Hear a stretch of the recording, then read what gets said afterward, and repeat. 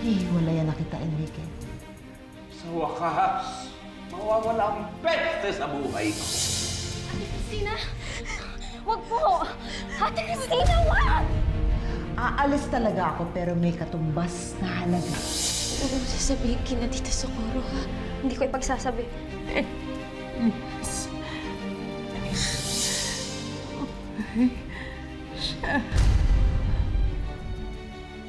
Buntis ako. Ayoko sa batang to. Magtapat ka nga sa anak ni Dennis ang batang dinadala mo.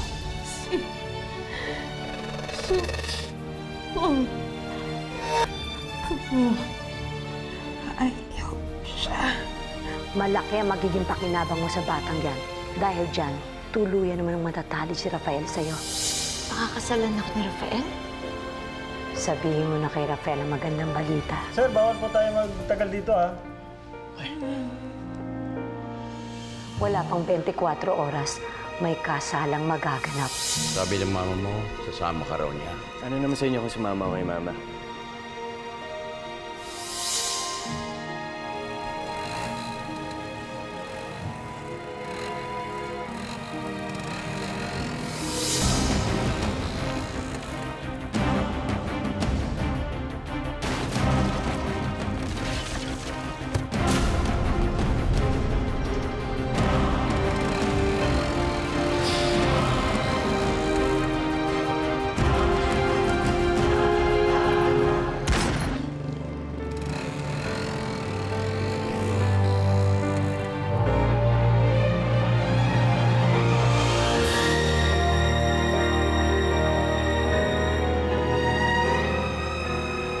Rafael, Christina, may kailangan ka malaman. ano yan? Basta ipangako mo sa akin, di mo sasabihin sa Tita Socorro mo. Bakit? Hindi mo siya pwede pagkatiwalaan. Christina, marami ka pang hindi alam. Rafael, tungkol kanina ba ito? Tungkol to sa mama mo. Ano ba yun? Basta pangako mo sa akin, di mo sasabihin.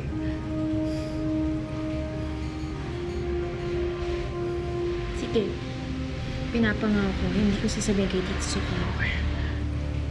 Galing ako sa kwarto ng mama mo. Christina! Christina! Yaya Maxima! Christina! Okay lang. Yaya Maxima, pakitawag yung driver. Dadali natin sa ospital si Christina. Oh, Christina! Halika. Sir Rafael, kagabi po nagsusuka si Ate Cristina. Ha? Pero po ayaw niyang sabihin ko pa sa inyo eh. Hindi kaya buntis si Cristina? Christina?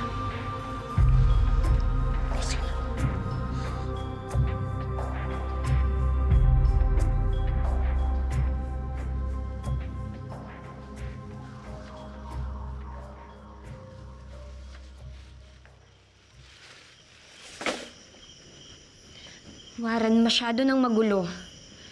Ayoko na. Ayoko nang makita ka.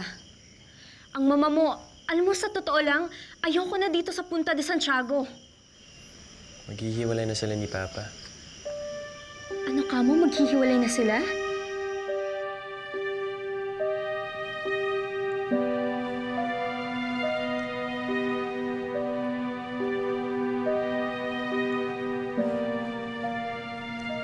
Ano ba nangyari sa'yo? May nakain ka ba? Masama ba pakiramdam mo? Ayos lang ako. Magiging tatay na ba ako? Hindi ko naisip mangyayari to sa aming pamilya. Hindi ko alam kung anong dapat kong gawin o sabihin para mapagaan ang loob mo. Tsaka lang sa tabi ko. Okay na yan. Kailangan ko lang talaga na makakausap.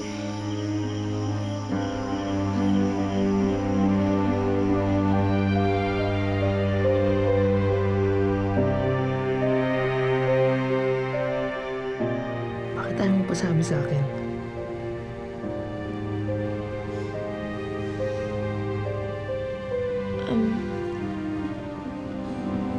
Kasi baka hindi mo gusto. Gusto kong maging tatay na ako. Gusto kong mag-anak na tayo, Christina. Magpapakasal tayo. Talaga? Baka? Ano ka ba? Ako ang pinakamaligayang tao ngayon. Christina, mahal na mahal kita. At mamahalin kong maging anak natin. Pwede bang hintayin na natin si Mama kapag gumaling na si Mama? Sigurado akong matutuwa ang mama mo. At mas lalong kailangan mo malaman ng tunay tungkol sa mama mo. Ano yan? Christina! Pasok! Ano yun? Ma'am, ang tiyahin niyo po na aksidente. Itinakbo na po siya sa ospital ngayon. Ha? Paano ang aksidente? Nagkabari lang po sa bayan. Sinugod po siya sa ospital. Rafael, kailangan natin puntahan si Tito Socorro. Huwag ka mag-alala. Hindi makabubuti sa'yo mag-alala. Kailangan natin puntahan si Tito sa ospital.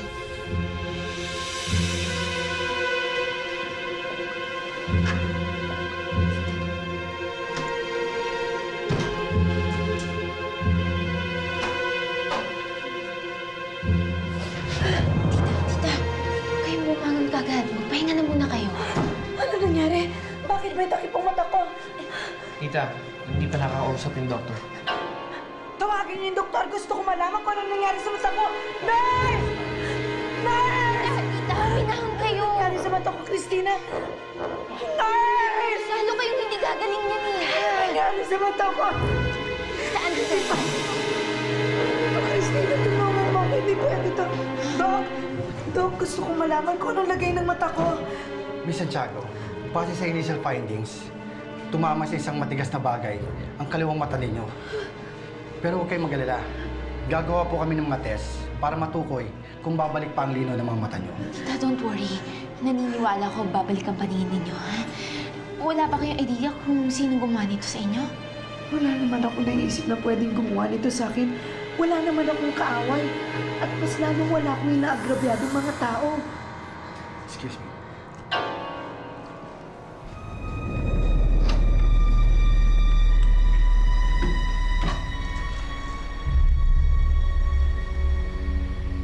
Pero alin lang sa dalawang kaaway ko may kagagawa nito.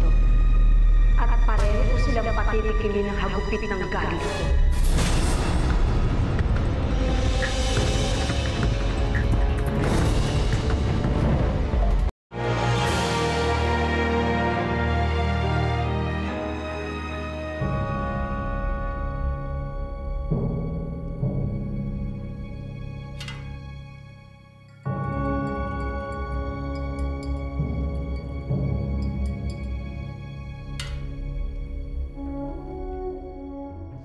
I will bring this, this, and this, and all of them.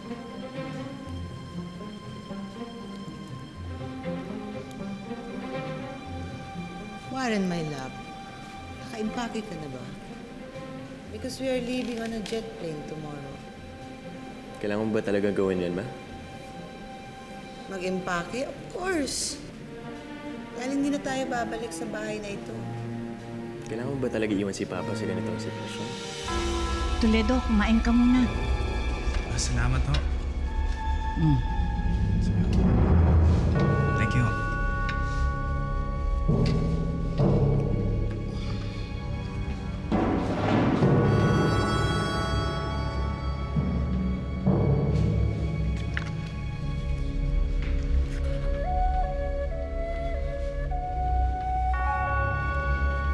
Magmerienda ka muna. Sige na, kain ka na. Niloko niya tayo. Hindi ko na kayang makisama sa kanya. Pagkatapos ng kahihiyan na idinulot niya sa'yo, sa akin, dapat lang iwan natin siya. Kung sa bagay. Kahit kailan naman hindi ko naramdaman may nakatirang pamilya dito sa bahay. Hindi ako alis sa bahay na to, ma.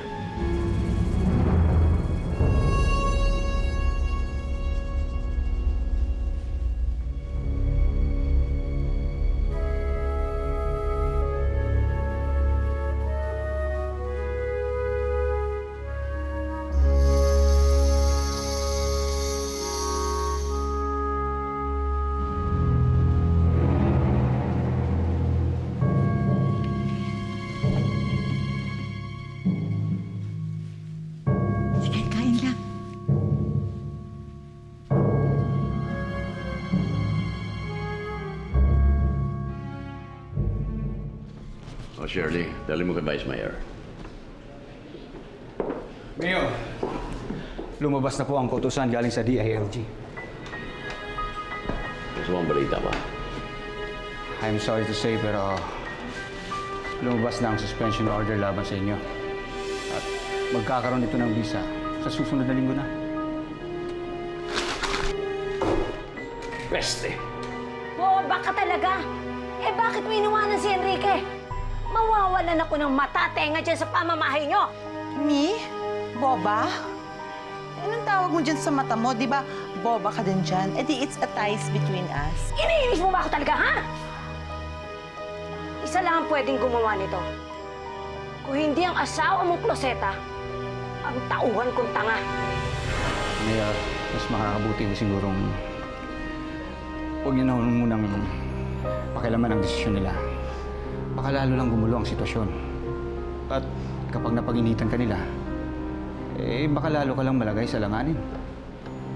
Ano ko ba magagawa ko kundi sundin ang leching order na yan? So, paano po? Mauna na ako. Sige.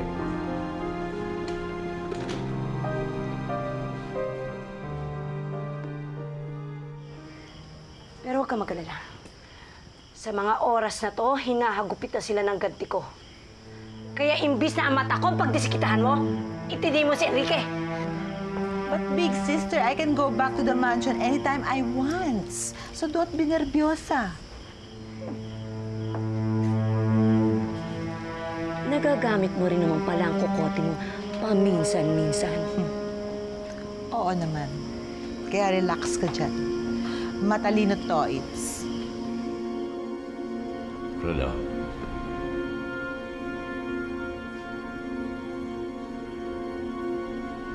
Sabihin mo sa mga tauhan natin, may gugulatin tayo.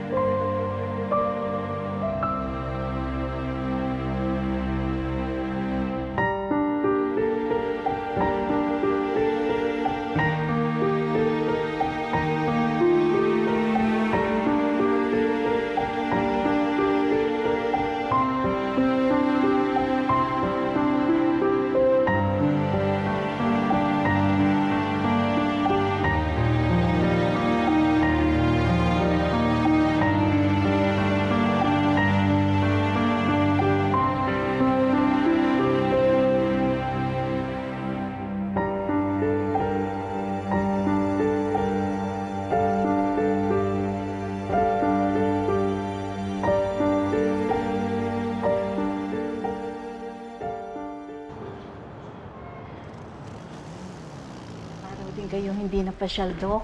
Oo nga ho, naging masyado lang akong abala doon sa trabaho. Pero, Yaya, matanong ko lang ho. Patuloy niyo pa rin ho bang pinainom si Miss Santiago ng gamot na ibinigay ko?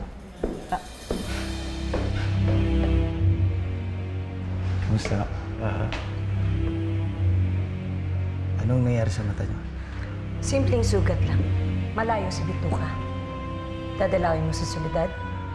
Sana kakamustahin ko saan siya. Katutulog lang ni Soledad. Mas makakabuti kung bumalik ka lang mamaya para makapagpahinga siya. Ano po ba? O kaya mas mabuti kung kay Christy naman na lang siya kumustahin para mabati mo na ang pamangkin ko.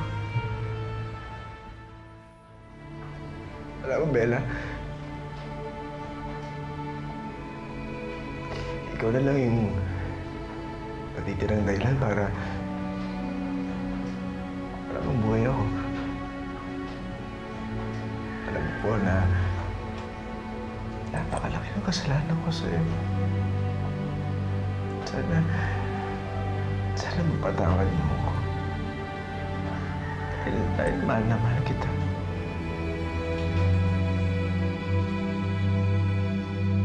Hindi mo alam? Ikakasal na sila ni Rafael. At ang alam ko, buntis siya kay Rafael.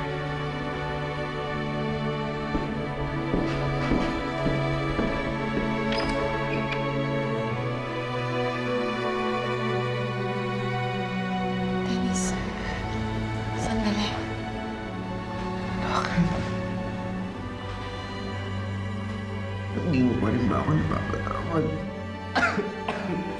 Alam mo, handa naman ako maghintay. Patawad mo lang ako. Ha?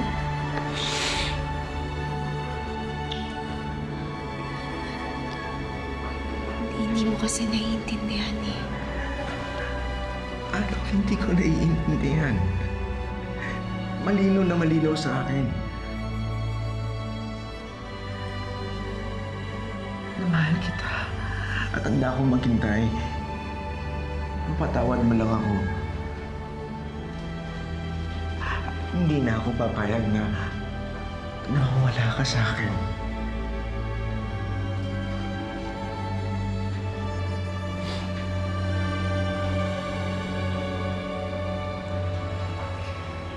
Hindi ako si Bella.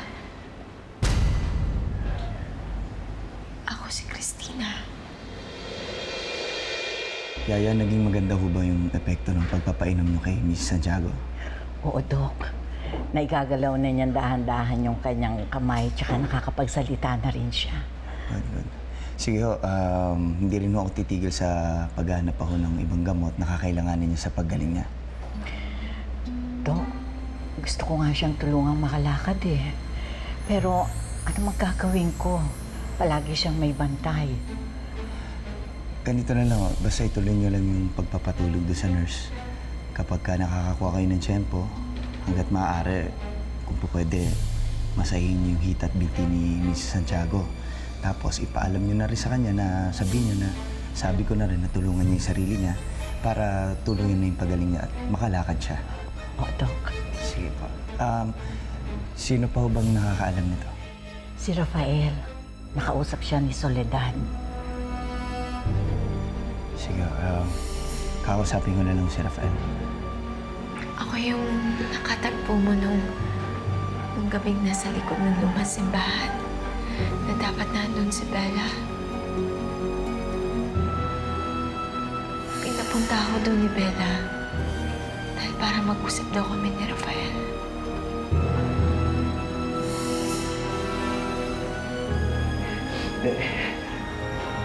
Nag-usap kami ni Bella eh. Ha? Nag-usap kami ni Bella, ang sabi niya magkikita kami. Ang sabi niya sa akin, naaalis kami ng Punta de Santiago. Magsasama na kami at lalayo na kami dito sa inyo.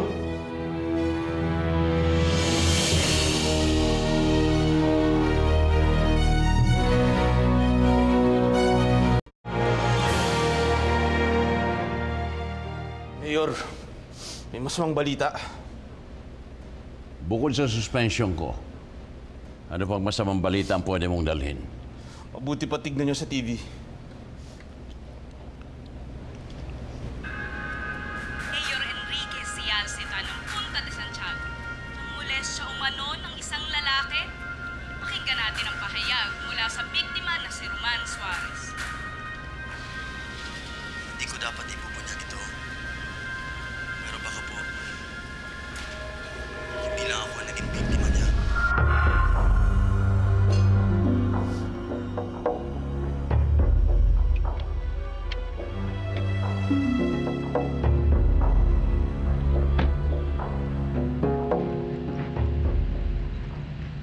Galing ako kay Tita Soledad?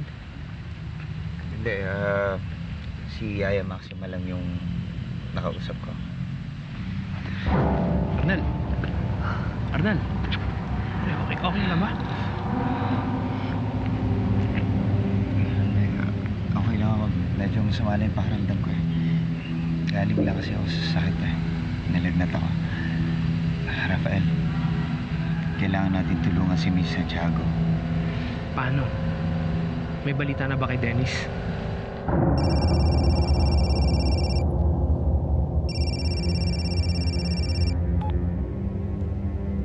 Yes, Shirley. Mayor, nagkakagulo na po sa mga press dito sa presinto. Lahat sila gusto daw marinig ang panig nyo. O sabihin mo sa kanilang lahat na wala akong balak patulang ang mapanirang isyong yan. Dahil hindi totoong lahat ang mga paratang na yan.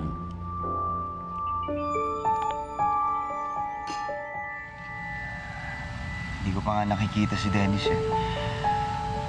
Pero importante rin na makalakad na si Mrs. Santiago. Para pagka nagkataon, tulungan natin siya makatakas doon. Sige. Gagawa ko ng paraan. Congratulations pala. Ikakasal ka na. Tsaka sa magiging baby mo. Salamat. Salamat. Mayor, nagkakagulo na ang tawag dyan sa harap ng gate. Madami nag-aabang sa inyo. Pwes, mabuti ang mga mata nila sa kahintay. Rado, ayusin mo sila. Ako nang bahala, Mayor.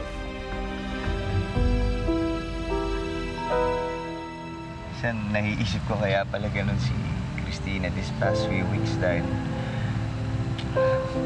buntis pala siya.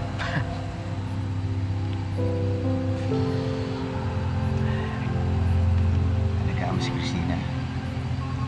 Nakakaasa ka na. Hindi ko siya sasaktan.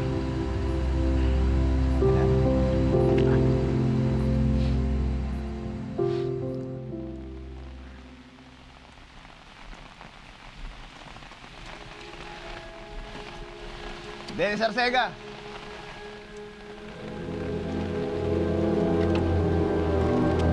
Sir, hindi ako yan. Arnoldson din po. Pwede ba makakita kahit anong ID mo? Sir, pasensya na kayo. Nadungkutan kasi ako ng isang araw eh. Wala akong dalang ID, sir. Eh, ikaw to eh. Sir, hindi ko yan. Baka nagkakamali kayo, sir. Hindi ako yan! Sandali, sandali!